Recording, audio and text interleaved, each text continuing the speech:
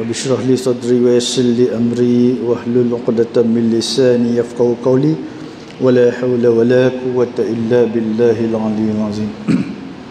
Yang dihormati Tuan Imam, ahli jawatan kuasa surau, tuan-tuan dan puan-puan, para jemaah yang dirahmati Allah sekalian.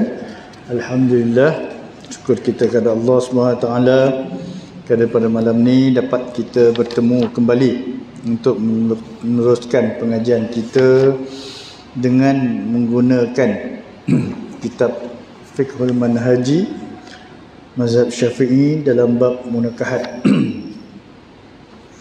Kita dah berada di hujung kitab dah nak habis dah ni. Dah hujung dah ni kan.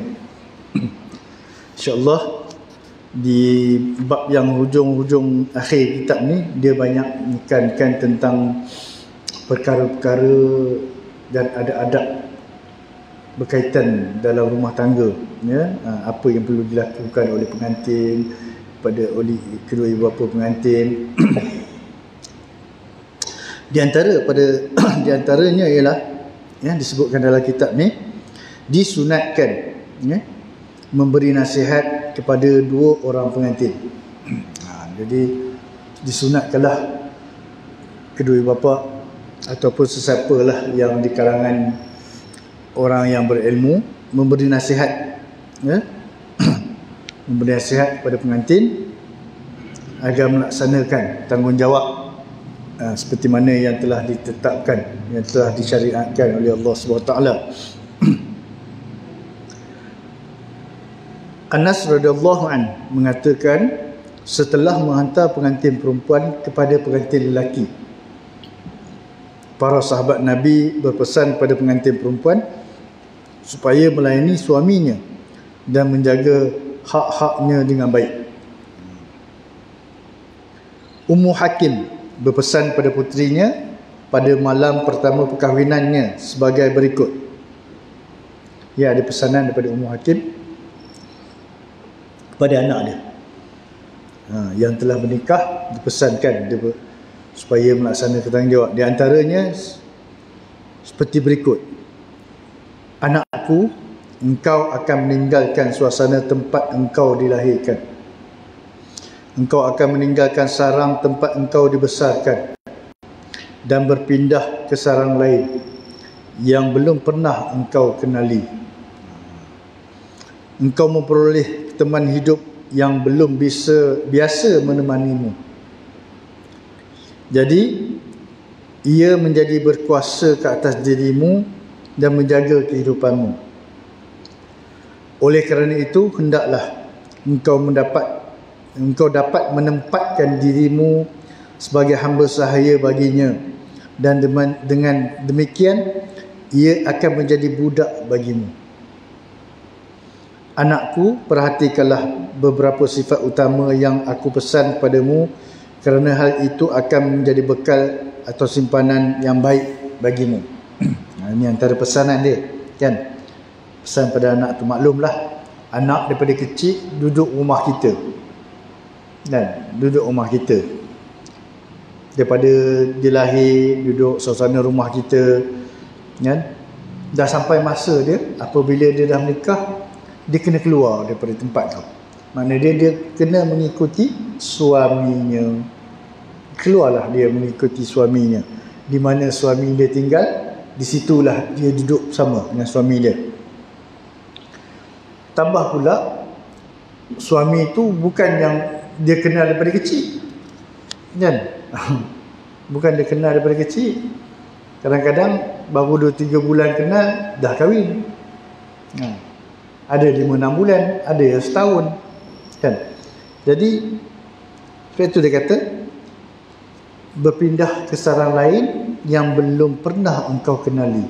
Suasana rumah baru pun dia tak boleh nampak. Kalau rumah sendiri tu tahulah nak buat ceritanya, kan?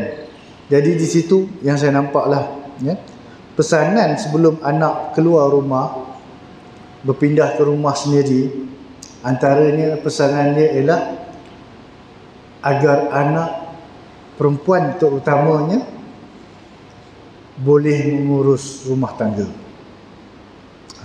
Boleh mengurus rumah tangga. asas rumah tangga tu kan. Kalau kita tahu perempuan, masalah mengurus rumah tangga itu daripada dulu lagi memang kita faham. Memasak, mengemas, membasuh dan sebagainya, itu memang rutin. Biarlah bersama mana pangkat dia sekalipun, tapi rutinnya seorang wanita memang itulah dia. Janganlah sampai kerana belajarnya tinggi, pangkatnya tinggi, dapur pun dia tak kenal. Tak apalah bang, call je lah. Nanti rider datang hantar. Tak jadi kan? Tak jadi. Paling tidak sebagai ibu, sebelum nak lepaskan anak itu, berkahwin, sekurang-kurangnya asas-asas pengurusan rumah tangga selesai. Memasak, korang tahulah memasak, mengemah rumah kan, dan melayani, jaga kebersihan rumah dan sebagainya. Itu memang asas dalam rumah tangga bagi seorang isteri. Nak tak nak, benda tu memang akan disampaikan oleh seorang ibu kan. Ibulah yang akan mengajar, akan mewariskan apa yang ibu ada, ibu wariskan pada anak tu, supaya dia lakukanlah seperti mana ibu buat. Macam mana ibu jaga rumah, macam mana ibu jaga makan minum untuk anak-anak. Jadi bila bersuami ini, itulah antara tanggungjawab seorang isteri ya. Dan suami ini dia berkuasa ke atas diri isteri dia dan menjaga kehidupan isteri. Sebab itu seorang suami wajib menyediakan nafkah untuk keluarganya, kerana dia berkuasa atas keluarga dia. Bila disebut berkuasa di sini, maknanya seorang isteri dia di bawah kekuasaan suami dia. Apabila dia, contoh ya, setelah yang disebutkan, apabila nak keluar rumah, dapatkan keizinan daripada suami kan, menggembirakan hati suami dan menjaga kehidupan ya. Dari situlah suami akan jaga kehidupan itu. Jadi sebab itu digambarkan hendaklah engkau dapat menempatkan dirimu sebagai hamba sahaya baginya, seolah-olah isteri itu dia bersentiasa berkhidmat untuk suami. Itu maksud dia ya? Seorang isteri, dia sifat dia adalah untuk berkhidmat untuk suaminya. Tapi zaman sekarang ni payah sikit dia jumpa. Payah sikit dia jumpa kan? Sebab saya pernah sembang orang tua kan, umur makcik tu pun 70 lebih kan? Dia pun cakap, zaman sekarang ni susah Ustaz nak jumpa isteri yang berkhidmat untuk suami kan? Maklumlah semua sibuk, tapi jangan jadikan sibuk itu sebagai alasan untuk tidak melaksanakan tanggungjawab. Tak boleh jadi kan? Jangan jadikan kerana sibuk bekerja, tanggungjawab diabaikan. Suami pun sibuk bekerja, tetapi dengan kerja itulah dia melaksanakan tanggungjawab dia, menyediakan nafkah, makan minum, tempat tinggal, pakaian, kesihatan dan sebagainya. Itu sepatutnya. Jadi isteri tak boleh jadi alasan. Dia sibuk bekerja, penat, rumah tak terurus, makan minum anak-anak pun tak terjaga kan? Tak boleh jadikan alasan ya? Itu tak boleh jadikan alasan. Jadi maksud di sini, tempatkan dirimu sebagai hamba sahaya baginya, iaitu berkhidmat untuk suami ya, berkhidmat untuk suami. Maka dengan demikian ia akan menjadi budak bagimu. Jadi suami itu akan melaksanakan tanggungjawab dia juga. Dia akan berikan kasih sayang dia ya, jaga isteri itu. Apabila isteri itu ada sifat berkhidmat untuk suami itu, maka suami itu akan melaksanakan dengan baik tanggungjawab dia. Beza kan? Orang tua dulu cakap, lain bezanya lagi Ustaz ya, anak-anak perempuan sekarang ni, isteri-isteri sekarang ni, tambah yang muda-muda ni Ustaz. Kalau zaman-zaman makcik dulu, celik mata tu dah fikir dah, apa benda aku nak bagi makan suami dan anak-anak aku kan.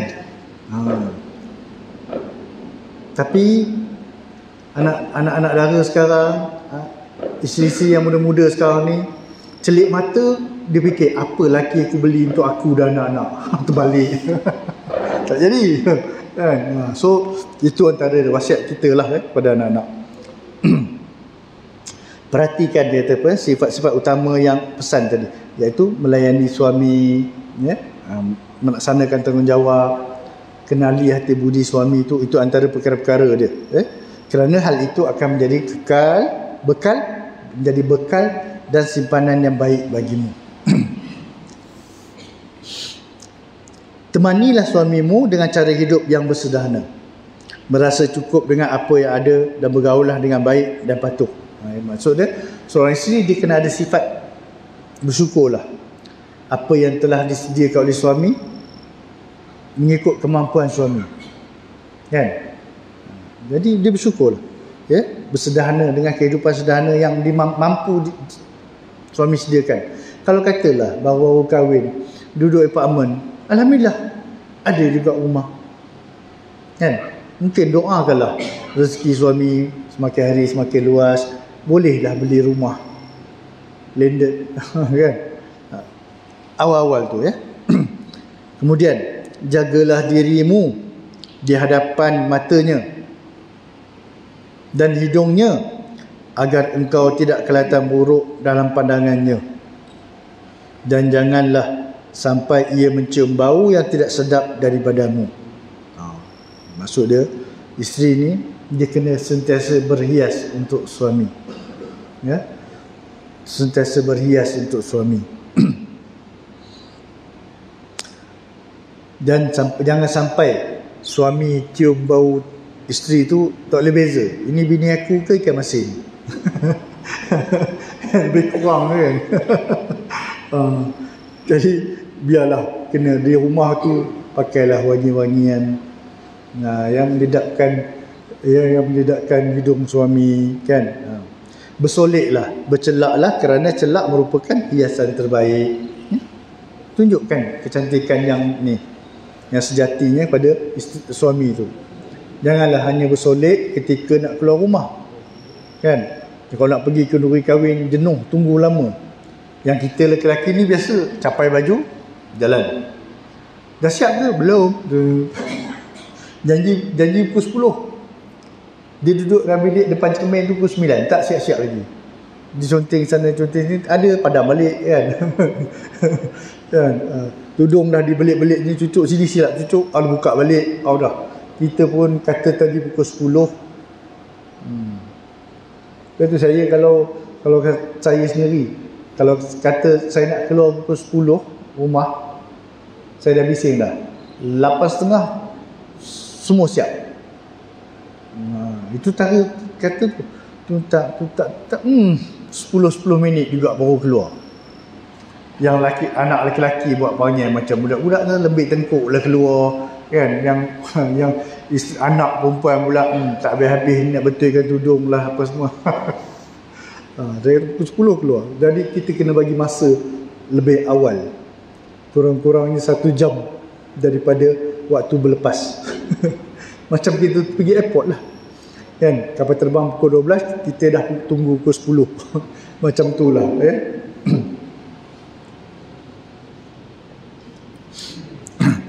Ketahuilah bahawa air adalah pengganti terbaik minyak yang tidak engkau pakai. Jadi kalau dah tak ada minyak wangi, mandilah kerap. Maksud dia, air adalah pengganti terbaik, keraplah mandi, kan. Dah tak ada minyak wangi, mandi kerap, bersihkan badan tu sekurang-kurangnya. Tak adalah yang ikan masin jadi dekat kat badan. Kan. Perhatikanlah dengan baik waktu makan suamimu, dan jagalah ketenangan di waktu ia sedang tidur, kerana rasa lapar dapat menimbulkan kemarahan, dan tidur yang terganggu biasanya juga akan membangkitkan kemarahan. Jadi senang cerita macam ni,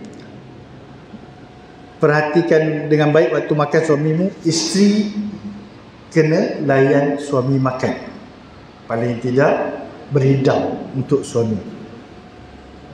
Suami balik surau, ada makan apa ke, dah masak ke? Ada. Abang tak, buka lah periuk tu. Dalam periuk tu saya dah masak. Kan? Jangan macam tu Kalau boleh berhidang. Orang lelaki tak, saya tanya Pak Tan.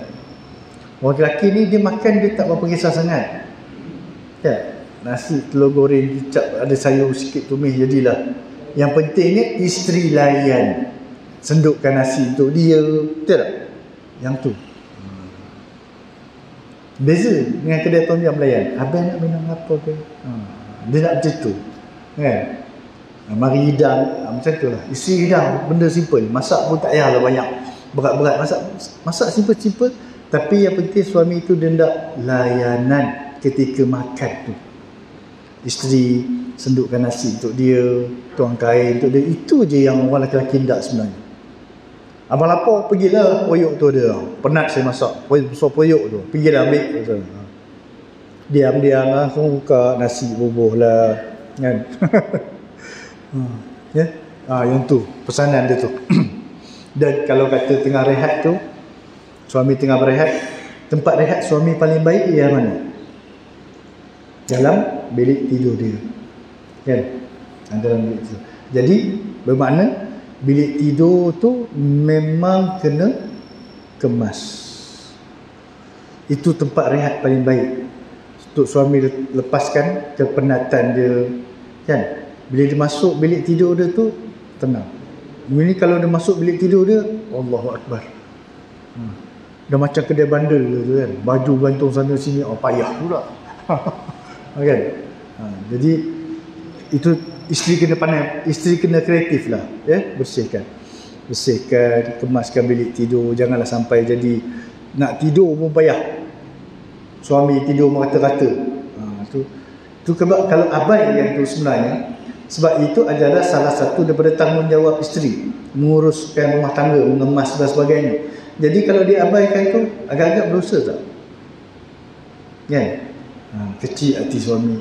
Aku beli rumah mahal-mahal, rumah aku dah macam kedai bandar, gantung sana, gantung sini kan, sepah sana, sepah sini. Pergi belah dapur dah macam kedai runcit, barang sepah pula. Mana satu? Jadi kalau tak buat tu, dikhawatiri apabila isteri tak laksanakan tanggungjawab yang telah ditetapkan, kehidupannya akan bergelumang dengan dosa akibat sakitnya hati suami tadi. Ya. Jagalah keamanan rumahnya dan keselamatan hartanya, serta peliharalah kehormatan suamimu dan hormatilah anggota keluarganya. Ya. Suami pergi kerja ataupun sama-sama jagalah keamanan rumah tu kan, keamanan rumah tu, kebersihan rumah tu, keselamatan harta benda, janganlah kita abaikan kan. Dan peliharalah kehormatan suamimu, wajib jaga tu walaupun dah cerai kan. Nanti jadi pula cerai, cerita duit raya tak nak bagi, apa masalah pula. Kan? Tak payahlah cerita kan. Itu mengaibkan, habis satu dunia tahu kan. Itu apa yang berlaku? Tak ada, patah hati semua.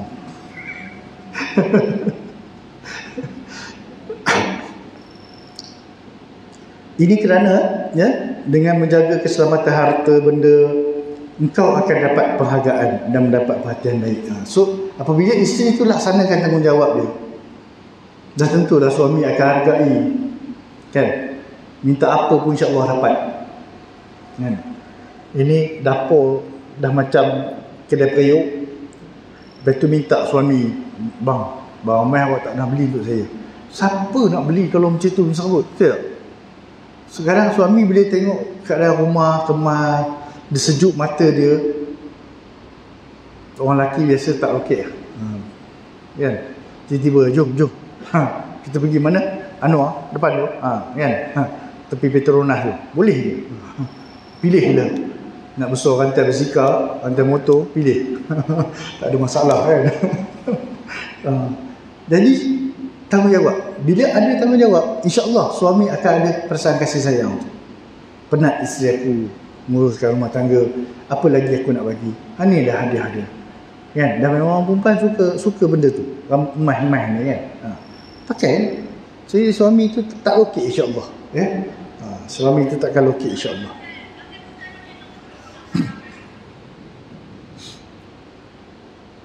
Jangan sesekali engkau membicarakan rahsia suamimu dengan orang lain. So, apa yang jadi suami isteri simpan elok-elok. Kan? Dan jangan pula engkau menentang perintahnya. Kerana jika engkau menyebarkan rahsianya, engkau tidak akan jujur terhadap dirimu. Yang mana dia, kalau dah kita sebarkan keaiban suami, apa rahsia rumah tangga tu sebar kat dalam FB, dalam TikTok dan sebagainya, bermaknanya bukan suami itu dapat malu, isteri tu sebenarnya tak jujur dan seorang isteri yang khianat. So habis-habis kan?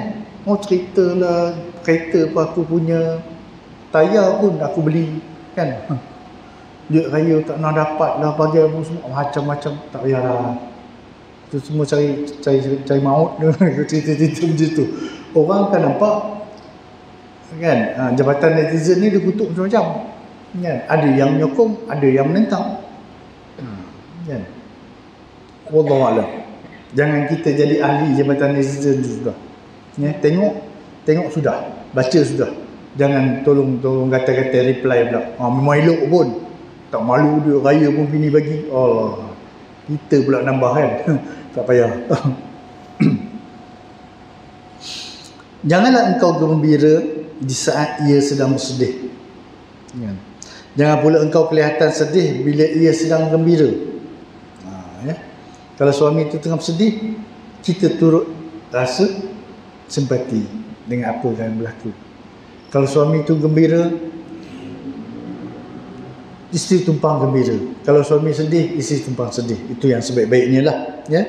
Ini kerana yang pertama itu menunjukkan kependekan fikiranmu, dan yang kedua dapat mengeruhkan fikirannya. Suami tengah sedih, isteri gelak. Sedih apalah, jantan nangis. Apa orang tu benda kecil pun nangis ke? Apa? Jangan. Di situ memang akan mengeruhkan fikiran suami lagi. Namun di sebaliknya menunjukkan isteri itu singkat fikirannya. Dia tak memahami situasi. Ya, tak memahami situasi itu. Jadilah engkau orang yang paling menghormati suamimu. Ia pasti akan menjadi orang yang paling besar memberikan penghargaan dirimu. Ya, betul. Apabila seorang isteri memberikan penghormatan pada suami, ya, memberi penghormatan pada suami, dia melaksanakan tanggungjawab dia, berkhidmat untuk suami. Masa saya kata tadi, insya-Allah suami takkan lokek untuk tunaikan tanggungjawab dia. Ya. Suami akan orang kata ringan tangannya nak beli ke, nak bagi hadiah ke apa ke, insya-Allah. Ya, insya-Allah. Nak bagi penghargaan, antara penghargaan dia takkan nak ucap terima kasih je. Kena cari apa yang isteri minat. Kan? Apa yang saya tak minta lain bang. Kedai saya merah seperti Petronas tu, Anwar tu, pergi situ je lah bang. Selesai. Raya dah dekat, dia kan. Tangan kosong lagi ni, jari pun kosong. Ada pun yang 20 tahun dulu dah nampak lebam, dia lupa. Tak apa, tapi khidmat tu kena ada. InsyaAllah dia terbuka hati, kan? Dia terbuka hati. Jadilah engkau orang yang paling mudah menyetujui pendapatnya. Tentu ia akan menjadi orang yang paling lama menemani hidupmu. Maksud dia sini, pendapat suami itu kalau nak ditegur, kena caranya. Awak kira pendapat awak je, saya ni awak tak kira. Tu cek pasal namanya. Tu cek pasal. Kan? Kalau suami bagi pendapat, agak-agak kita tak setuju, cakap cara lain. Kalau tak guna perkataan, Ada cara lain, kan? Kita explain cara lain, kan? Kalau kata tiba-tiba suami kata begini, kita tak setuju. Asal-asal aku nak tegur suami aku macam mana ya? Oh, ada ceramah ustaz dalam YouTube berkaitan perkara ni. Pasal buat-buat. Bagi suami dengar. Kurang-kurang tersedar dia. Oh, aku tersilap buat keputusan apa ni. Yes, sama-sama boleh bincang. Kan, kalau tak nak tegur macam tu. Ni ke awak betul dia. Saya ni tunggu tiang telefon apa tombol semua keluar. Jangan macam tu. Ya. InsyaAllah bila itu dia elakkan pergaduhan, tengkaran, ya. InsyaAllah lah, ya. Dia akan bersama-sama dengan isteri itu, dia akan menjadi teman hidup yang paling lama dalam kehidupannya, ya. Mudah-mudahan sepanjang hayat sampailah dipisahkan dengan kematian salah seorang. Itu je. Ketahuilah engkau tidak akan dapat memperolehi keinginanmu sebelum engkau mengutamakan kesukaannya daripada kesukaanmu sendiri. Betul tak? Kan? Macam saya kata tadi lah, kalau semua apa yang tanggungjawab di jalan, suami isteri jalankan dengan baik, isteri jalankan tanggungjawab dia dengan baik, apa yang suami suka dia buat, laksanakan. Suami tahu suami suka makan lauk ni, dia buat. Memang dia buat, try bagi jadi apa semua, sebut je sampai suami dapat merasa, kan? Jadi jangan fikir kita punya kesukaan. Betul, ya? Saya isteri saya suka, saya tak suka sebenarnya makan benda ni, tapi suami saya suka. Tak, isu tak suka tu tak apa, settlekan yang suami suka dulu. Kan? Jamah sikit-sikit pun jadilah. Kawan-kawan dia tengok kita makan, kan? Kalau dah kesukaan suami tu sambal belacan, kenalah ada, kan? Tak ada sampai tak ada sampai belacan nak berparang-parang. Macam cerita Peramli tu, kan? Sampai macam tu. So bagilah. Isteri tak suka sampai belacan. Kawan tu pagi-pagi dia sedung kuat. Belacan tak habis. Belacan orang tua ni tu, kan? Elok lah panggil belacan dia marahkan suami. Nak buat je, tak makan tak apa. Kan? Settlekan apa yang suami nak. Tu je yang penting dah, kan? Dan lebih mengutamakan kesenangan suami daripada kesenanganmu sendiri. So apa yang suami suka, kesenangan untuk suami tu tunaikanlah, kan? Walaupun sebagai seorang isteri kita rasa payah kita nak buat ni, menyusahkan diri aku, kan? Kadang-kadang, kan, orang dulu tengah mana ada kedai mamak 24 jam, betul tak? Kan, kadang tengah-tengah malam ke 10 malam suami tu perlu macam kopi untuk abang, udah dapur gas tak ada, nak hidupkan kayu api, dia tiup api tu nak masak air, kan? Tapi dia buat sebab apa? Itu kesenangan, kesusahan dia tu, namun bagi dia utamakan kesenangan tu suami dia. Bila suami dia dapat minum air yang dia bancur tu, alhamdulillah, kan? Janganlah tolong buat kopi, alah mengada pula orang tua ni, air kowe ada, kan? Terimuan tu ada, bancur lah sendiri. Tu tak seronok, kan? Layanan di sini isu dia layanan isteri, tanggungjawab dia tu, ya. Baik dalam hal-hal yang engkau sukai maupun yang tidak engkau sukai, jalankanlah, kan? Kalau kita suka lagi bagus, kalau kita tak suka pun settlekan kehendak suami juga, lepas tu baru fikir tak apalah untuk kita. Semoga Allah menunjukkan pilihan yang baik bagimu. Ini antara kandungan-kandungan, ya, pesanan tadi tu.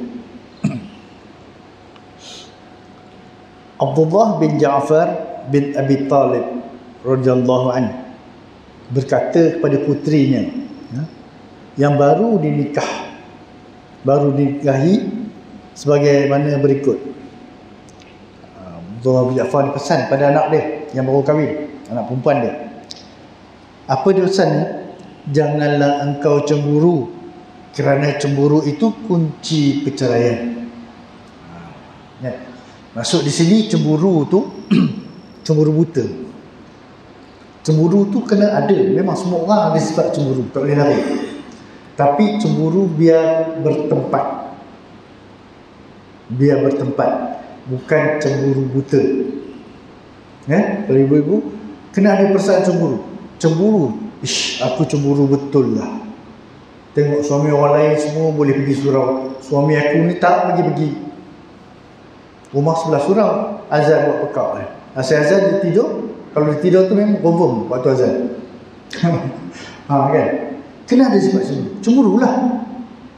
Kan? Suami orang lain boleh pergi surau tu semua, tapi suami aku tak nak. Itu cemburu macam tu memang digalakkan. Kan? Jangan cemburu buta, baru dengar sikit tiba-tiba ada orang telefon, orang perempuan telefon, padahal nak tanya jalan pun ataupun bukan kita kenal pun, bukan ada affair apa-apa pun. Tu betina mana telefon awak? Betina. Habis tu awak tu lelaki ke perempuan? Kan? Kalau perempuan lain mesti sebut dia betina. Habis tu dia isteri tu perempuan juga. Kenapa tak bagi betina juga kan? Marah tu kan. So cemburu ni biar bertempat. Sebab kalau cemburu buta ni memang akan jadi perceraian biasanya. Janganlah engkau banyak menyalahkan suamimu, kerana hal itu dapat menimbulkan kebencian. Tazan dulu.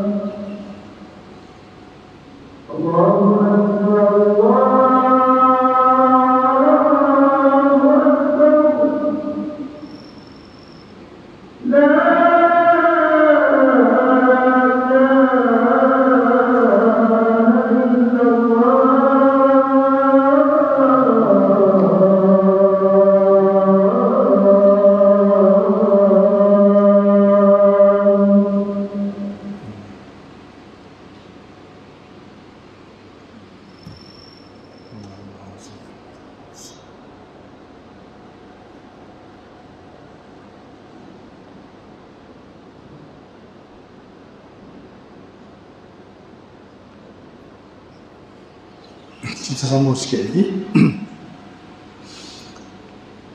Jangan engkau banyak menyalahkan suamimu kerana hal itu dapat menimbulkan kebencian. Jangan cepat-cepat sikit-sikit salah suami, kan? Suami silap sikit dia punya muncung sampai 3-4 hari tak hilang, mengamuk kat suami tu, ya. Nanti lama-lama suami pun jadi benci pula, takut dia khawatir, ya. Hendaklah engkau memakai celak kerana celak itu merupakan hiasan terbaik. Jadi sesuai dengan zaman tu lah, celak jadi keutamaan. Memang sekarang ni macam-macam alat solid ada, kan? Macam-macam nak pakai lah, apa-apa brand pun pakai lah, biar nampak berseri sikit depan suami tu, kan?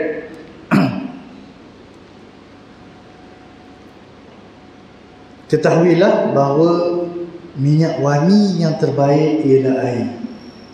Maksud dia di sini memelihara kebersihan badan dan pakaian lebih baik daripada makai wangi-wangian. Maksud dia diri tu kena sentiasa bersih. Kalau diri dia tak mandi, pakai baju semua minyak wangi, dia bau tu mesti ada punya lah. Campur minyak wangi dengan campur dengan masam badan dia lain tak.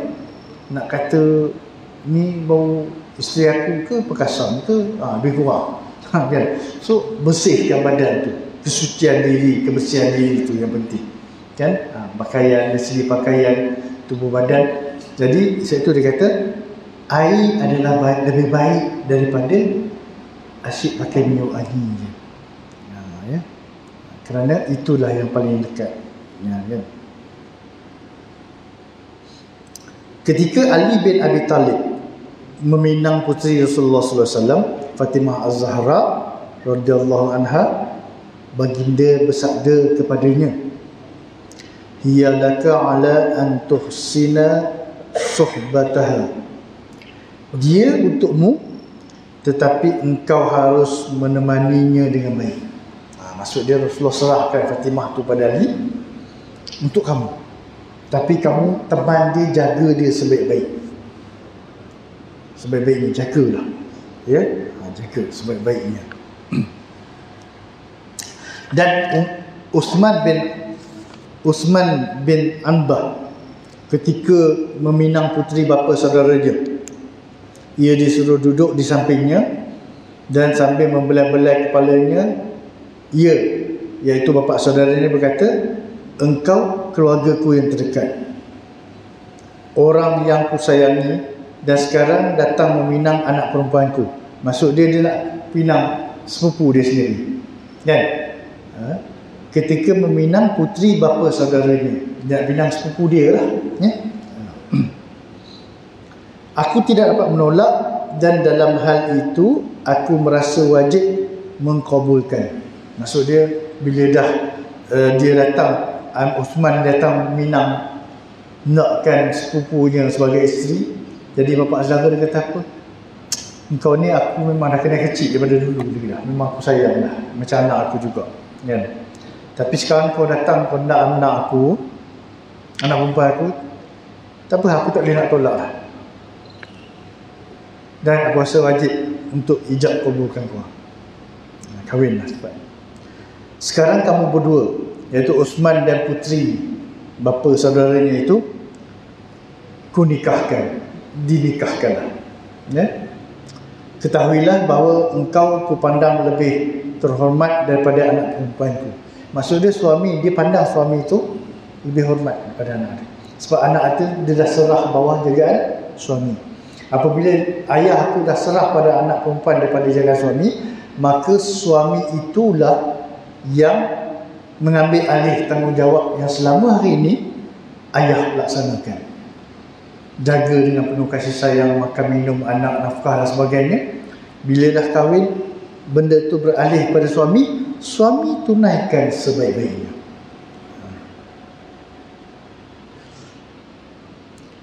Kerana itu hormatilah dia, supaya setiap kali aku menyebutmu dengan lidahku terasa segar. Jangan engkau hina dia, agar harga dirimu tidak merosot dalam pandanganku. Sebab kahwin dengan sepupu, jangan sakitilah. Sakit isteri itu sakit hati bapa saudara itu sendiri, kan? Jangan hina isteri kamu, sebab isteri kamu anak aku, dan kamu adalah sepupu dia juga, dan kamu tu anak saudara aku. Tuhan yang ada pesan macam tu, ya. Jangan sampai aku hilang percaya, aku hilang hormat, hilang kasih sayang kepada kamu. Pesan itu, ya. Engkau telah kudekatkan dengan keluargamu, yakni anak perempuan bapa saudara Uthman. Kerana itu janganlah engkau jauhkan hatiku daripada hatimu. Dia dah satukan anak dia dengan Uthman tadi itu. Jadi itu daripada segi zahirnya dah jadi suami isteri. Tapi janganlah kerana akhlak yang menyebabkan bapa pula jauh hati dengan menantu. Na'udzubillah. Ya? Jadi itu antara wasiat-wasiat kepada anak perempuan. Sebaik-baiknya laksanakanlah dengan penuh rasa tanggungjawab. Wallahu a'lam. Berhenti sekat ini dulu, insya-Allah kita akan temu pada masa yang akan datang. A'udzubillahi minasyaitonirrajim. Bismillahirrahmanirrahim. Alhamdulillahi rabbil alamin wassalatu wassalamu ala asyrafil anbiya'i wal mursalin wa ala alihi wa sahbihi ajma'in. Allahumma faqihna fid din wa 'allimna ta'wil. Allahumma shrah bil Qur'anil 'azim sudurana wa 'azim bihi ujurana wa hassin bihi akhlaqana wa nawwir bihi qulubana wa quburana ya Allah ya Karim bi rahmatika ya arhamar rahimin. Wa sallallahu ala sayyidina Muhammadin wa ala alihi wa sahbihi wasallam. Alhamdulillahi rabbil alamin. Wassalamu